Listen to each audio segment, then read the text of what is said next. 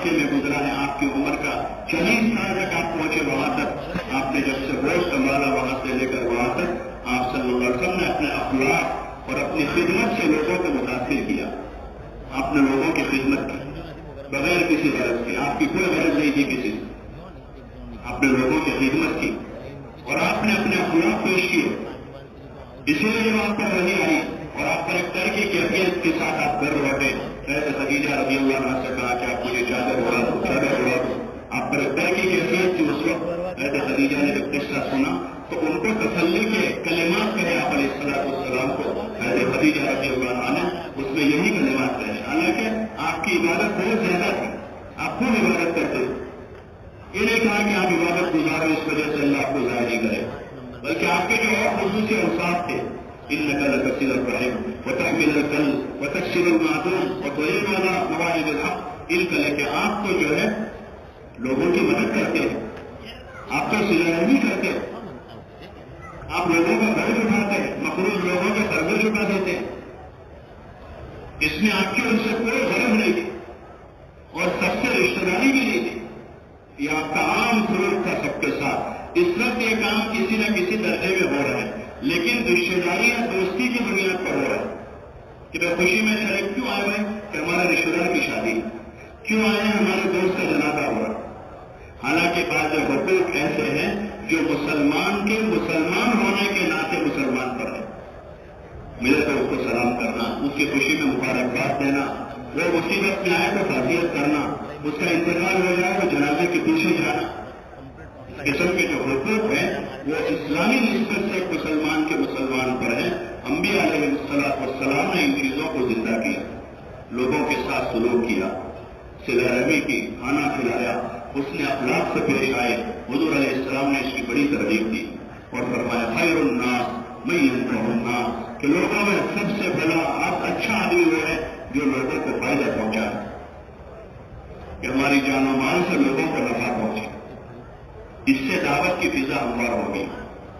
دعوت کے لیے زمین ہموار ہوگی. جیسے کسان زمین ہموار کرتا ہے پھر اس کے بعد دانا ڈالتا ہے، تب تو وہ دانا کا عامل ہوتا ہے، وہ بتا ہے.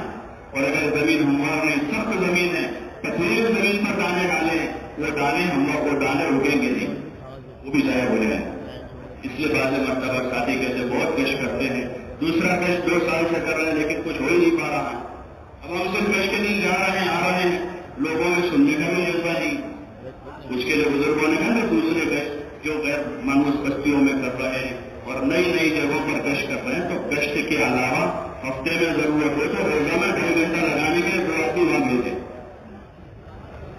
روزانہ اس مسجد کے 2 آدمی وہاں 2.5 گھنٹہ لگا رہے جہاں گشت کرنا ہے. روزانہ لوگوں سے دعا سلام کرے، خیر خیریت پوچھے، کوئی بیمار ہوا عیادت کر لے، کوئی مصیبت میں تعزیت کر لے، کوئی جنازہ ہے وہاں شریک ہو جائے آگے سے، ان کی خوشی غمی میں شرکت کر لیں.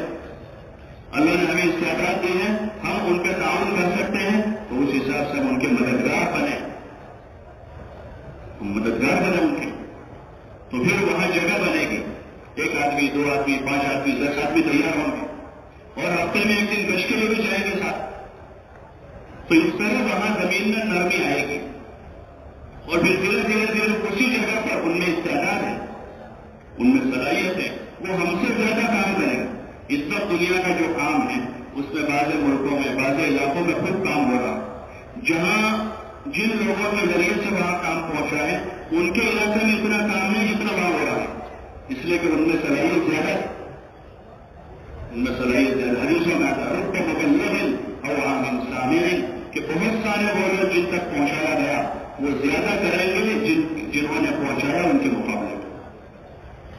تو استعداد ہے، ان استعدادوں کو اجاگر کرنے کے لیے ان کو کام کے لیے تیار کرنا ہے تاکہ ہمارا کام بھی اپنی مسجد کی سطح سے ہو اور پھر آگے وہاں ان محلوں میں، ان بستیوں میں، ان گلیوں میں بھی اللہ رسول کے مذاکرے زندہ ہو، وہاں بھی ایمان و عمل کی باتیں زندہ ہو جائے. یہ بھی ایک کام ہے. بعض مرتبہ صرف ہمارے نظر خروج پر ہوتی کہ 4 مہینے کی جماعت کرے تو کام ہوا، چلے کی جماعت کرے تو کام ہوا، وہ بھی ایک بنیادی اور ضروری چیز ہے. لیکن وہاں نماز زندہ ہو رہی ہے، لوگوں میں سننے کا جذبہ پیدا ہو گیا، لوگ تعلیم میں بیٹھنے والے بن گئے، تو یہ کام کی شروعات ہو چکی. اب دھیرے دھیرے آگے جائے. تو ہدف ہدف بنا کر جو مضبوط ہماری مسجد ہیں وہ اپنی مسجدوں کا کام سنبھالتے ہوئے اپنے گشت اور اعمال کو کرتے ہوئے ایسے اپنے قرب و جوار کی مسجدیں جہاں امان نہیں ہے، جہاں کام نہیں ہے، یا وہ جگہ جہاں مسجدیں ہی نہیں ہے، مسلمانوں کے محلے ہیں، ہزار مکان، 2,000 مکان پر ایک مسجد ہے، اب وہاں دور تک محلہ پھیلا ہوا ہے، ایسی جگہوں پر ٹھکانے بنا کر دوسرے گشتوں کے راستے سے ان کو کور کریں اور وہاں ہر جگہ اذان نماز با جماعت شروع ہو. یہ سب سے پہلا ہمارا ہدف ہے کہ جہاں کبھی مسلمان آباد ہو وہاں اذان نماز با جماعت ہو، چاہے تو مسلمان ہو. حدیث میں ہے جب چل رہا بکریاں چلانے والا جب جنگل میں اذان دیتا ہے اور پھر نماز پڑھتا ہے، اللہ پاک فخر کرتا ہے فرشتوں کے سامنے، دیکھو میرا بندہ. کہ جہاں بھی صحابہ جہاں بھی گئے دنیا میں مسجدیں نہیں تھی، مراکز نہیں تھے. حضور علیہ السلام ہجرت کر کے مدینہ گئے، مدینے میں کوئی مسجد نہیں تھی. آپ قبا کے راستے سے مدینہ میں داخل ہوئے تو آپ نے پہلی مسجد قبا میں، حالانکہ آپ کا قیام چند دنوں کا ہے، لیکن آپ نے وہاں سب سے پہلے مسجد تعمیر اور وہاں نماز قائم کی. وہاں سے آپ آگے چلے، راستے میں جمعہ کا دن آیا تو جمعہ کی نماز آپ نے ادا کی ایک جگہ پر. مدینہ منورہ پہنچے، آپ نے اپنا گھر نہیں بنایا، سب سے پہلے آپ نے مسجد بنائی اور وہی جیسے استعمال تھی ایسی مسجد بنانی. اس وقت جب مسجد کی بات آتی ہے تو فوراً تصور ہوتا ہے کہ اس کے لیے بہت بڑا پلان تیار ہو اور اس کے لیے بہت بڑا چندہ کیا جائے اور پھر اس کے بعد مسجد 10 سال کے بعد بنتی ہے. حالانکہ مسجد تو جہاں نیت کر لی زمین میں اور زمین مسجد ہے. اللہ پاک نے حضور علیہ السلام کو جب خصوصیات دی اس میں خصوصیت یہ ہے، آپ فرما رہے ہیں جعلت لی الارض مسجدا وطہورا، کہ اللہ تعالیٰ نے میرے لیے پوری زمین کو پاک بنا دیا اور سجدہ بنا دیا کہ جہاں بھی نماز پڑھنا چاہے پڑھ سکتے، اور جس جگہ کو خاص کر دیا وہ جگہ خاص ہو گئی مسجد کے لیے. تو اس لیے ہماری کوشش ہو یہ کہ ہر جگہ یہ دوسرے گشتوں کے راستے سے ایسی نئی نئی جگہوں پر بھی جو ہے اذان نماز با جماعت کا نظام قائم ہو. اور پھر اس کے ساتھ جہاں وہاں نماز شروع ہوئی کسی ایک نماز کے بعد فضائی کی تعلیم کا حلقہ لگ جانا. وہی لوگ جو تعلیم میں بیٹھنے والے انہیں کو تیار کر کے ترغیب دے کر آمادہ کر کے فضائی بتا کر ان کی مسجد کی جماعت بنا لیں. یہ مسجد جو وہاں گشت کے لیے جا رہی ہے، 1 مہینہ مسلسل وہاں ان کے ساتھی پہنچے، اللہ کی ذات سے امید ہے 5 7 10 آدمی وہاں سے 3 دن کے لیے ضرور تیار ہو گئے. لیکن ان کا اگر ہدف ہے تو تیار 2 آدمی ان کے 8 رات کے وہاں سے تیار ہوئے، ان کو ساتھ لے کر ان کے سیر روزے لگوا دیے اور موٹی موٹی چیزیں ان کو سکھا دی. اذان کہنا، نماز کی 2-4 صورتیں ان کو سکھا دی تاکہ ان کی نماز صحیح ہو گئی اور ان کو تعلیم کا طریقہ سمجھا دیا. ان کو اپنے ساتھ ملاقات میں لے جا کر موٹی موٹی دین کی بات کہنا کا، بات کرنے کا طریقہ بتا دیا.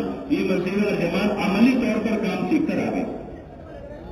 اب ان کے ذریعے سے اس مسجد میں یا وہاں مسجد نہیں تھی، کوئی گھر میں یا کوئی ٹھکانے پر وہاں نماز بھی شروع ہو گئی، نماز بھی شروع ہو گئی. تو ضرورت اس کی ہے کہ جتنی ہماری مسجدوں میں کام ہے، چاہے 5 آدمی مسجد اور جماعت یا 50 آدمی، وہ احساس کمتری میں نہ رہے. 5 ہے وہ یہ نہ سمجھے کم تھوڑے ہیں. وہ ابتدائی دور کے اسلام کے واقعات پڑھے، وہ مدینہ میں حضرت مصعب بن عمیر کی محنت کو پڑھے.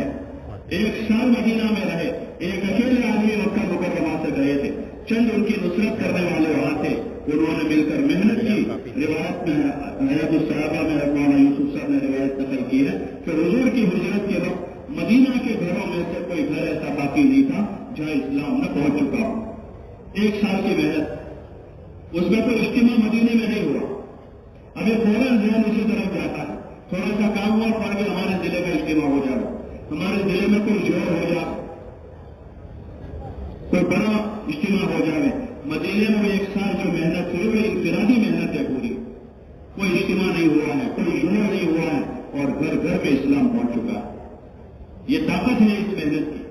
حضور علیہ السلام کی جو 13 سالہ مکی محنت میں کوئی اجتماع نہیں ہے، وہاں کوئی مسجد نہیں ہے، ایک مسجد حرام ہے وہاں بھی داخلہ ممنوع ہے. حضرت عمر کے اسلام تک تو کھل کر وہاں نماز نہیں پڑھ پاتے. مشہور واقعہ ہے، حکایت صحابہ میں درشت نے لکھا. تو حضور علیہ السلام کی محنت کا کیا روک تھا؟ آپ بازاروں میں جاتے تھے، گلیوں میں جاتے تھے، محلوں میں جاتے تھے، کوئی مسجد نہیں ہے وہاں. آپ کی پوری دعوت مسجد کے باہر ہے. 13 سالہ دعوت ہے آپ کی مکے کی. کبھی رکاب المدینہ کے بازاروں میں آپ اور کبھی مینا میں ہیں اور ایک ایک کی خوشامد کر رہے ہیں، میں ہوئی جی میں انصورنی حتی ابلغ رسالۃ ربی وله الجنہ، کہ کون مجھے ٹھکانہ دے گا، کون میری مدد کرے گا تاکہ میں اپنے رب کا پیغام پہنچاؤں، اور اللہ اسے جنت دے گا۔ جنت کی بنیاد پر کھڑا کر رہا ہے اور کوئی وعدہ نہیں کہ اللہ جنت دے گا اسے، اسی بنیاد پر آپ بات کر رہے ہیں۔ اور اس محنت پر حالات آ رہے ہیں، آپ پر بھی اور آپ کے ماننے والوں پر بھی۔ آل یاسر سے اتنے حالات آئے کہ آپ علیہ السلام جب ان کے گھر کے وہاں سے گزرتے تھے تو آپ کے آنکھوں میں آنسو آ جاتے تھے، لیکن اس کو آپ یہ نہیں کہ چلو بیچاروں پر بڑے حالات آ گئے، اب کیا کرے، اب چھوڑ دو بھائی، تم ایک طرف ہو جاؤ، یکسو ہو جاؤ۔ ان کو یہ سبق نہیں پڑھایا، بلکہ حضور علیہ السلام نے کہا صبر یا آل یاسر، صبر یا آل یاسر، ان موعدکم الجنہ، آل یاسر صبر کرتے رہنا، جو حالات تمہارے اوپر ہیں ان حالات میں صبر کرنا، اس ہمارا تمہارا جو وعدہ ہے وہ جنت کا ہے، ہمارا کام جو ہے وہ جنت کی بنیاد پر ہے کہ ہمارا تمہارا وعدہ جنت کا ہے۔ لوگوں کے حالات دیکھ کر، کیونکہ آپ بہت رقیق القلب تھے، آپ بڑے رقیق القلب تھے، لوگوں کے حالات دیکھ کر آپ کے آنکھوں میں آنسو آ جاتے تھے، لیکن چونکہ اصل مقصد کی طرف جانا تھا، مقصد کی طرف کھڑا کرنا تھا اور مقصد ہمارا جنت ہے، تو اس لیے آپ علیہ السلام نے صبر کی تلقین کی۔ تو اس طرح گشتوں کے راستے سے ہمیں اپنے قرب و جوار کو کور کرنا، اور سہروزہ کے راستے سے قرب و جوار کی بستیاں 10، 20، 25، 50۔ پہلے زمانہ تھا سواریوں کی قلت ہوتی تھی یا تیز رفتار سواریاں نہیں تھی، تو سہروزہ جماعتیں جو تھی وہ چند کوس کے فاصلوں تک جاتی تھی۔ اب اللہ کا فضل ہے، کام کی شکلیں بھی بنی ہیں، سواریاں بھی آئی ہیں، تو اب جماعتیں حلقوں کی حلقوں میں نہ پھرے۔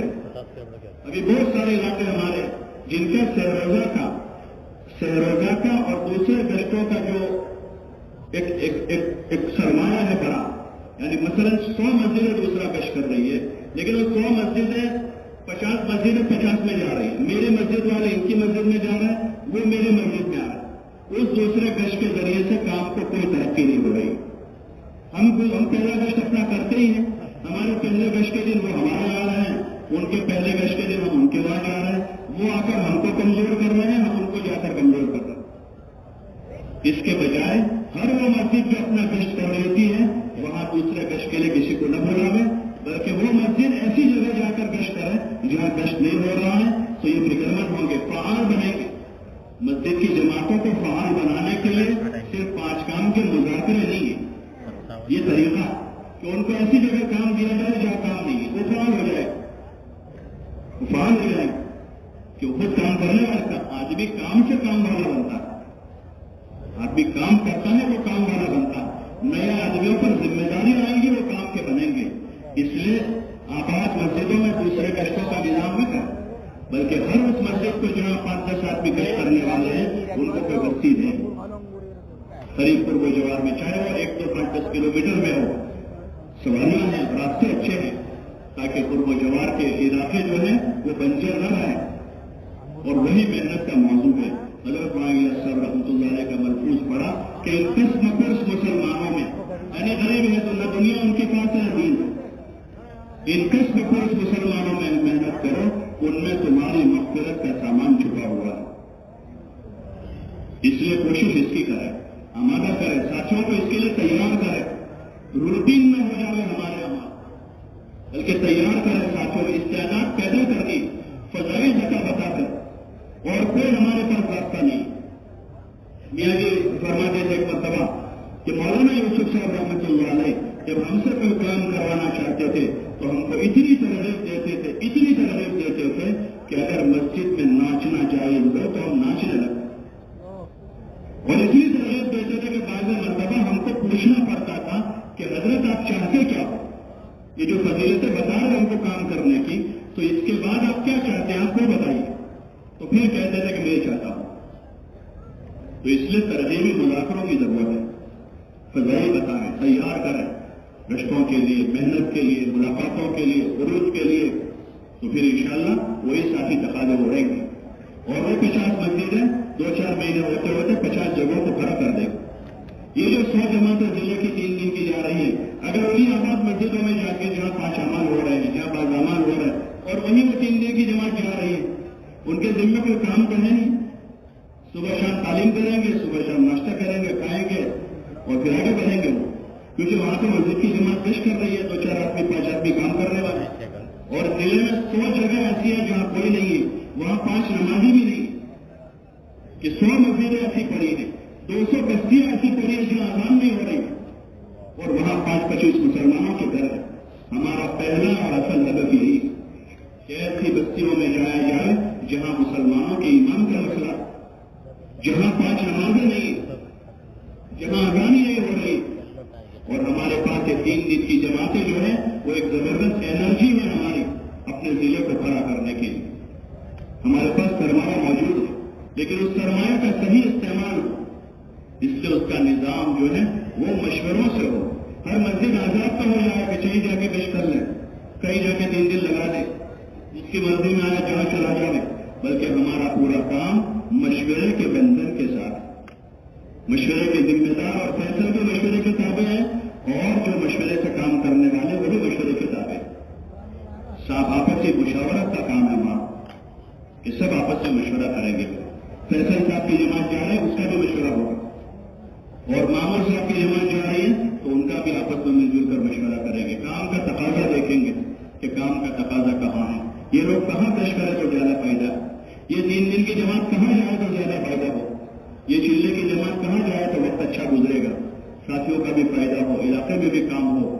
ان ساری چیزوں کو ذہن میں رکھتے ہوئے آپسی مشاورت سے ہمارا نظام بنے، 6 روزہ جماعتوں کا اور دوسرے گشتوں کا اور سالانہ خروج کا بھی۔ سالانہ خروج ہے تو اس میں کیا نفع کی شکل ہے، ان ساتھیوں کا کن کے ساتھ جانا مناسب ہے، کون سے علاقے میں، جب آپسی مشاورت ہوگی اور اس میں ہمارے سب کے ذہنوں پر کام غالب ہو، سب کے ذہن پر کام غالب ہو، کام کا نفع کیا ہے، دین کا فائدہ کیا ہے۔ بارہا ہم نے سنا کہ بھائی مشورے میں رائے ایسی بنائے کہ دین کا فائدہ دیکھیں، دین کا فائدہ دیکھیں۔ صحابہ کے اور حضور علیہ السلام کے جو مشورے ہیں ان میں ہم دیکھیں کہ ہمیشہ انہوں نے دین کو مقدم رکھا، ہر امر میں، چاہے مقامی امور ہو یا بیرونی امور ہو یا جو بھی امور ہے، ہمیشہ حضور علیہ السلام اور صحابہ نے دین کو مقدم رکھا، دین کی منفعت کو مقدم رکھا، اور ہمیشہ اپنی ذاتی منفعت کو قربان کیا ہے، ہمیشہ یہ کیا ہوگا۔ ہمیں اپنے آپ کو ان بنیادوں پر لا کہ ہماری ذاتی کوئی منفعت نہیں، دین کا فائدہ دیکھیں گے اپنی ترتیبوں میں بھی، اپنے کاموں میں بھی، اپنے خروج میں بھی، مقام پر بھی کہ دین کا فائدہ کیا ہے، دعوت کا نفع کس چیز میں ہے، اور ساتھیوں کی ترقی کس چیز میں ہے۔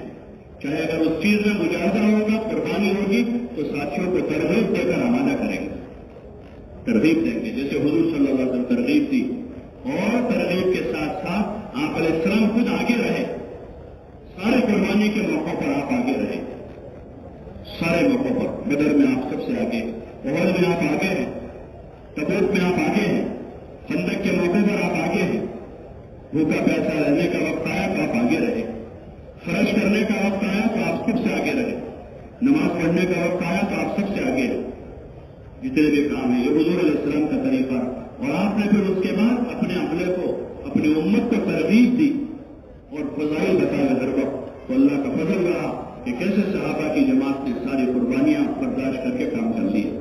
ایسے ہمارے پچھڑوں کو دیکھتے ہیں، ہمارے بڑوں کو، آج بھی جو حضرات ہمارے درمیان میں موجود ہیں، اللہ پاک ان کے عمروں کو دراز کرے اور صحت عافیت کے ساتھ، سلامتی کے ساتھ ان کا سایہ تعبیر ہم پر باقی رکھے، کہ ان کی زندگیوں کو ہم دیکھیں کہ 80 سال کی، 90 سال کی عمریں ہوئی، وہ کام کے عمومی اعمال سے جڑے ہوئے۔ اکثروں کو دیکھتے ہیں یا سنتے ان کے علاقے کے ساتھیوں سے کہ وہ علی گڑھ کے جو حضرات ہیں ابھی بھی اپنی عمومی گشت کر رہے ہیں اپنی مسجد کی جماعتوں کے ساتھ، ابھی مانتے قریب تک وہ 3 دن لگاتے ہیں۔ اب چونکہ ملکی اور صوبائی اتنے سارے تقاضے ہوتے ہیں کہ شاید 3 دن دے رہتے ہوں گے مہینے میں، لیکن ابھی تک وہ اپنے سے روزے لگا رہے، اپنے چلے لگاتے تھے، اور اپنی مسجدوں کی عمومی گشت، یہ وہ اصل چیز ہے، اور وہی ہماری خوراک ہے، اور خوراک جتنی ملتی ہے جسم تندرست رہتا ہے، خوراک ہے یہ۔ باقی جوڑ ہے، اجتماعات ہیں، اس قسم کے جو خصوصی سفر ہیں، وہ تو اچار اور سلاد کی طرح کہ کھانے کے ساتھ اس کو کھانا تو ٹھیک ہے کہ بھائی کھانا آدمی اچھی طرح سے کہ اس کے ساتھ تو ٹھیک ہے، ورنہ اسی پر گزارا نہیں ہو سکتا، دھیرے دھیرے آدمی کمزور پڑ جائے گا۔ اس لیے ہم سب طے کریں انشاءاللہ کہ اپنے عمومی اعمال کی خوب پابندی کریں. میں یہ کرتے ہیں انشاءاللہ. اور قربانی میں آگے ہم 2 بار 3 دن لگا کر اپنے مجمع سے 1 مرتبہ 3 دن مانگیں گے. انشاءاللہ محلے میں کوئی باقی نہیں رہے گا. اگر ہم 4-5 گھنٹے لگا کر اپنے مجمع سے 2.5 گھنٹہ مانگیں گے تو انشاءاللہ مسجد کی جماعت میں کوئی باقی نہیں رہے گا. اور محبت سے مانگیں گے. ان پر احسان جتنا کریں کہ بھائی میں نے تو بار لگایا, بلکہ وہ جتنا دیں گے اس کو خوشی سے قبول کریں. ان کو اپنا معاون سمجھیں گے کہ ہمارے مددگار. اصل تو میرے ذمہ تھا, پورا کام مجھے کرنا تھا, لیکن یہ میرے مددگار بن گئے ہیں. اللہ ان کو جو بیان کر ان کے محاسن بیان کریں گے, ان کی خوبیوں کو اجاگر کریں گے اور ہمدردی کے وقت کے ساتھ انشاءاللہ اپنے مجمع کو لے کر چلیں گے تو اللہ کا پروان چڑھا دے گا, کریں گے انشاءاللہ. اور اس کے ساتھ ہمارا طبقات کا کام. ویسے میں نے آج کیا طبقات 1% 1.5% ہے, اتنا ہی. طبقات جو ہے ان کی تعداد تھوڑی. ایسا نہ ہو کہ ہمارا پورا جو فکر ہے اور ہماری پوری محنت اسی کے نظر ہو جائے. اصل تو ہمارا عمومی کام اور اس کے ساتھ چونکہ مختلف طبقات اپنی اپنی جگہوں پر ہیں, باصلاحیت لوگ ہیں, تو ان کی صلاحیتوں کی ہمیں ضرورت ہے, تو ہم انہیں کام کی طرف دین کی طرف متوجہ کریں گے. تو اس کے لیے سال بھر میں کبھی کبھار ان کو جوڑنا پر جگہ پر جوڑ لیا. وہ جوڑ کے لیے نہیں کہ بھائی ہر ہفتے جوڑ ہو رہا ہے اسٹوڈنٹس کے, اور ہر ہفتے جوڑ ہو رہا ہے تاجروں کے, اور ہر مہینے جوڑ ہو رہا ہے ڈاکٹروں کے. تو وہ طبقہ ہی رہے گا. پھر اصل تو ہمیں ان مختلف راستوں سے ان کو اس عمومی کام میں لا کر خواص کو عوام بنانا ہے, کام کے اعتبار سے اور دین کے اعتبار سے. وہ اپنی جگہ پر رہے, اپنی اور ڈاکٹری میں, اپنی تجارت میں, لیکن دین کے اعتبار سے وہ خواص نہ رہے, عام بن جائے. جیسے ایک زمانہ تھا کہ صرف میرات والے تبلیغ میں تھے, ایک عام طبقہ تھا. پھر ہوا تو علی گڑھ کے پڑھے لکھے بھی آئے اور بنگلور بمبئی کے تاجر بھی آئے. تو پھر وہ جو لوگ جڑے تو وہ عوام کے ساتھ, وہ عوام جیسے ہو گئے کام میں, کہ وہ بھی ان کی طرف بستر اٹھا کر پھرنے لگے, 4-4 مہینے جانے لگے اور مسجدوں میں سونے لگے جو اپنے گھروں میں رہتے تھے. تو وہ ان کے ذریعے سے وہ عام بن گئے. تو مختلف طبقات میں جو ہمارا کام ہے اس میں بنیادی چیز ہے کہ مختلف طبقات میں محنت کر کے مختلف راستوں سے ان کو عمومی کام میں جوڑنا ہے. ہمیشہ ان کو خواص بنا کے نہیں رکھنا. چاہے وہ خواص اپنی جگہ پر ہے, اللہ نے ان کو جو مقام دیا اپنی جگہ رہے, لیکن دین اور دین کی محنت کے اعتبار سے وہ خواص بھی عوام ہو جائے, کہ وہ ہمارے شب گزاریوں میں آنے والے بن جائے. وہ ہمارے محلے کے عمومی گشت میں جہاں ایک مزدور گشت کر رہا ہے وہاں ہمارے ڈاکٹر صاحب بھی مزدور کے ساتھ گشت میں, جہاں ایک ملازم گشت کر رہا ہے وہاں ہمارا سیٹ صاحب کہ آفس میں جاتے ہیں تو وہ سیٹ ہیں اور یہ ان کا نوکر ہے, لیکن مسجد میں آئے تو نوکر بات کر رہا ہے, سیٹ صاحب ان کی بات سن رہے ہیں. کھڑے ہیں کی صف میں محمود آواز, نہ کوئی بندہ رہا نہ کوئی بندہ نواز. نماز کی سب نے سب کو یکساں کر دیا ہے. ایسے ہماری محنت اس کی, اس لیے جوڑ جاڑ جو ہوتے ہیں وہ اپنی جگہ ٹھیک ہے. کئی سال میں 1 مرتبہ کسی طبقے کو کہیں جوڑ لیا, اسٹوڈنٹس کو چھٹیوں سے پہلے اور شروع سال میں 1 مرتبہ جوڑ کے ان کا مقامی کام کا نظام بنا لیا, ورنہ ہماری محنت جوڑوں کی نظر ہو جائے گی.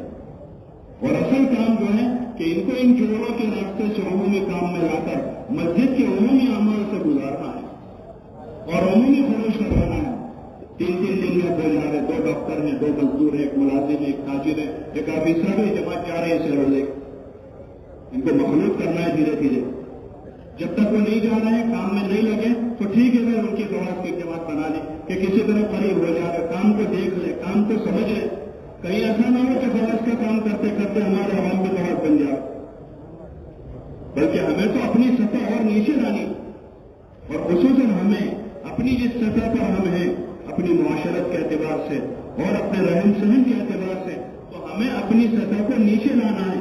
اس لیے کہ ہم معاشرت اور رہن سہن کی جس سطح پر ہیں وہ سنت سے قریب نہیں ہے, وہ خواہشات سے قریب. اور اس محنت سے چاہا جا رہا ہے کہ ہم سب اپنی معاشرت اور رہن سہن کو سنت کے قریب لاویں. اس لیے ہمارے خروج کا جو نظام ہے کہ 12-15 آدمیوں کی جماعت کے درمیان میں ایک کام سیٹ ہے اور ہر آدمی کے پاس 3-4 جوڑے کپڑے ہیں, اپنا معمولی سا بستر ہے, پلنگ پر سونے والا بھی ہے, مسجد میں نیچے سو رہا ہے, گدے پر سونے والا بھی ہے, چادر بچھا کے سو رہا ہے, اور وہاں 50 جوڑے کپڑے میں زندگی گزارنے والا 5 جوڑی پر 4 مہینے لگا رہا ہے, وہ نیچے آ رہا ہے. اور اگر یہ نہ رہا تو پھر ایسا ہوگا کہ 5 جوڑی والا 50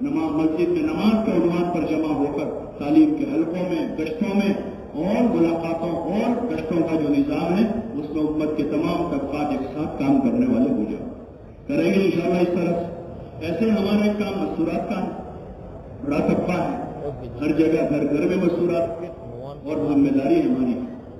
کلام پاک میں اللہ تعالیٰ نے ارشاد فرمایا قُوْ أَنفُسَكُمْ وَأَهْلِيكُمْ نَارًا، ایمان والوں اپنے آپ کو اور اپنے گھر والوں کو جہنم کے عذاب سے بچاؤ۔ سب سے پہلی مستورات میں محنت ہمارے گھر میں، اس کے لیے گھر کی تعلیم۔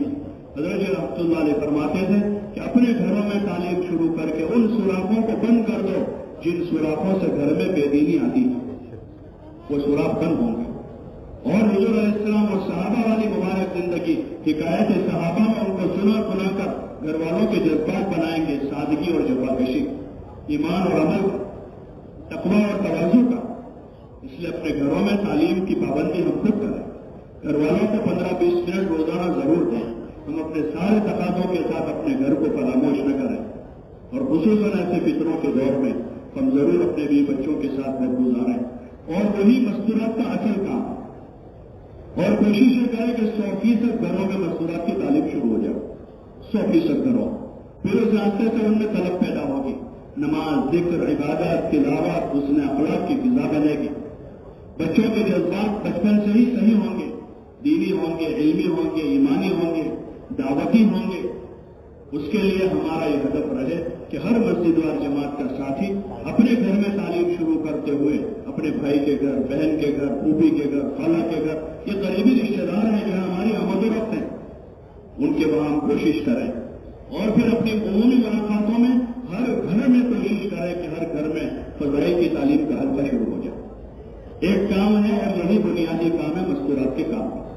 پھر اس کے بعد جو ہے یہ فضا ہموار کرنے کے لیے چند بہنیں بچی تیار ہوئی ہیں جنہوں نے کچھ وقت بھی لگایا ہے، کام کی سوجھ بوجھ ہے، تو ان کے ذریعے سے مستورات کا ہفتہ واری تعلیم کا حلقہ شروع کرا، جو ہفتے میں ایک دن 1 گھنٹے کے لیے محلے کے کسی ایک مناسب مکان میں وہاں پر ان کو جمع کر کے وہ محلے کی عورتیں جمع ہوں اور یہ بہنیں وہاں تعلیم کر لیں، صفات کا مذاکرہ کر لیں، مسجد کی جماعت اس کی نگرانی کرے، اس کا مشورہ کرے۔ اس طرح جو ہے تعلیم کا حلقہ شروع کرے، ایک جگہ ہوا مسجد استعمال کرنے تو دوسری جگہ کر لیں، اور کوشش کریں کہ ہر 40-50 گھروں میں ایک حلقہ شروع ہو جائے، لیکن قواعد شرائط کے ساتھ۔ اور قواعد شرائط اس کے لیے کوئی لمبے چوڑے قواعد نہیں، مستورات کچھ وقت لگے ہوئے ہو، ان میں کام کی سوجھ بوجھ ہے، مشورے سے چلنے کا ان کا مزاج ہے، اور مسجد جماعت مضبوط ہے جو اس کام کی نگرانی کر سکتی ہے، تو حلقوں کے ذمہ دار جو ایسی مسجد والوں کو آمادہ کر کے تیار کر کے وہاں تعلیم کے اجتماعی حلقوں کا نظام کریں، تاکہ محلے میں فضائل کو سنانے کا ایک ماحول بنے، پھر اس راستے سے گھروں میں تعلیم شروع ہو جائے۔ یہ بنیادی کام ہے مستورات کا مقامی، کہ جس میں اپنے گھر کی تعلیم ہے اور محلے کی ہفتہ واری تعلیم۔ پھر ہفتے موقع جیسے اللہ توفیق دے ان کا خروج کا نظام ہے، 3 دن کے لیے اپنے خود ہمارے ساتھی اپنے گھر والوں کے ساتھ اپنے مہروں مستورات کے ساتھ وقت لگا کر ان کا ذہن تیار کریں، ایک ارادے کے ساتھ، ایک عزم کے ساتھ، ایسے خالی رسمی طور پر نہیں کہ کبھی اگر گھر والوں نے بہت کہا کہ بھائی تم بار بار جاؤ تو ہم کو بھی لے جاؤ، تو ان کو ایک مرتبہ لگا دیا بھائی ہو گیا ان کا، بلکہ ایک عزم کے ساتھ، ایک ارادے کے ساتھ ان کو ہمیں اپنی فکروں میں شریک کرنا ہے کہ ان کی فکر بھی دینی ہو، دعوتی ہو، ایمانی ہو، آخرت کی ہو، تاکہ یہ ہمارے مددگار بنے اور ان کی بھی آخرت سمجھ جائے۔ حضور علیہ السلام نے اپنی تمام تر مجبوریوں کے باوجود اپنی ازواج کو دین سکھایا، اور حضرت عائشہ رضی اللہ عنہ امت کی بڑی عالمہ اور فاضلہ بنی، اور دیگر ازواج مطہرات میں بھی بہت بڑا علم کا بہت بڑا حصہ ازواج مطہرات سے امت کو ملا۔